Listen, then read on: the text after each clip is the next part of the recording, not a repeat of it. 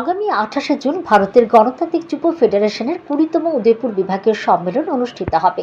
সম্মেলনকে সামনে রেখে রবিবার জামতলা থেকে ভারতের গণতান্ত্রিক যুব ফেডারেশন ও উপজাতি যুব ফেডারেশনের ডাকে বিভিন্ন দাবিতে এক বিক্ষোভ মিছিল অনুষ্ঠিত হয়। মিছিলটি জামতলা থেকে শুরু করে সেন্ট্রাল রোড, পুরাতন motor stand, new town road হয়ে জামতলাতে এসে শেষ হয়। গণতান্ত্রিক যুব ফেডারেশনের উদয়পুর বিভাগীয় সম্পাদক শুভ চক্রবর্তী বলেন, স্কুল কলেজে নির্যাতিত ছাত্রীরা, রেলের ওয়াগন থেকে ডাকঘরে নেশা সামগ্রী উদ্ধার, কর্মসংস্থান রাজ্যে নেই, বেকাররা দিশেহারা, নারীরা নির্যাতিত। এরই প্রতিবাদে রবিবার এই বিক্ষোভ কর্মসূচি অনুষ্ঠিত হয়েছে বলে জানান শুভ চক্রবর্তী। উদয়পুর বিভাগীয় কমিটির 20তম বিভাগীয় সম্মেলন আগামী 28 জুন অনুষ্ঠিত হবে।